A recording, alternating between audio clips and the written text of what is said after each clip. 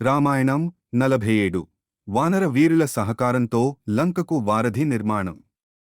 సముద్రంపై వారధి నిర్మాణానికి సంబంధించిన పనులు చకచకా జరుగుతుంటాయి.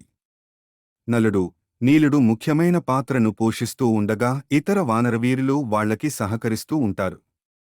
వానర వీరులలో ఒక్కరు కూడా విరామమనేది ఎరుగకుండా తమ పనుల్లో నిమగ్నమై ఉంటారు.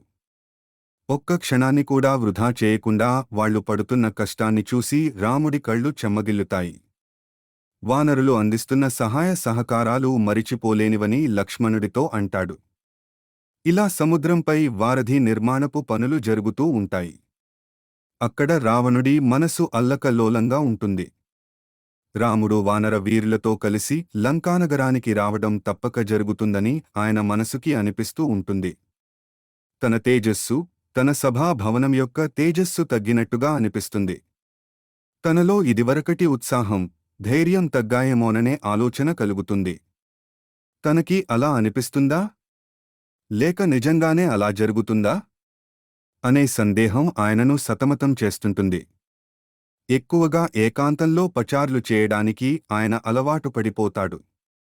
వానర వీరులు ఒక యజ్ఞంలా తలపెట్టిన వారధి నిర్మాణం పూర్తవుతుంది. వానర వీరులంతా తమ సంతోషాన్ని వ్యక్తం చేస్తారు. రాముడి కళ్ళు ఆనంద బాష్పాలను వర్షిస్తాయి. కృషి, పట్టుదల, అంకితభావం ఉంటే సాధించలేనిది లేదు అనే విషయాన్ని ఈ లోకానికి చాటిన వానర వీరులను రాముడు అభినందిస్తాడు. వానర వీరులు అందించిన ఈ సహకారం ఆ చంద్రతారార్కం నిలిచిపోతుందని అంటాడు. అత్యంత భక్తి శ్రద్ధలతో అత్యంత కఠినమైన ఈ పనిని పూర్తి చేసినందువలన వానరజాతి పూజించబడుతుందని అనుగ్రహ వర్షాన్ని కురిపిస్తాడు. వానర సమూహాలు ముందుగా నడుస్తూ ఉండగా రామలక్ష్మణులు కదులుతారు. మరికొన్ని వానర సమూహాలు వాళ్ల వెనకగా అనుసరిస్తూ ఉంటాయి.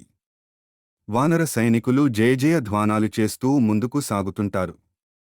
వెనకగా అనుసరిస్తున్న వానరులు కూడా రాముడి గుణగణాలను కీర్తిస్తూ ఉంటారు. తేలికపడిన మనసుతో, కొత్త ఉత్సాహంతో రాముడు ముందుకు సాగుతుంటాడు. సీతకి దగ్గరవుతున్నాననే సంతోషం ఆయన తేజస్సును మరింత పెంచుతుంది. అక్కడ సీతమ్మ కూడా రాముడిని స్పర్శించిన గాలి తనని తాకుతున్న అనుభూతికి లోనవుతూ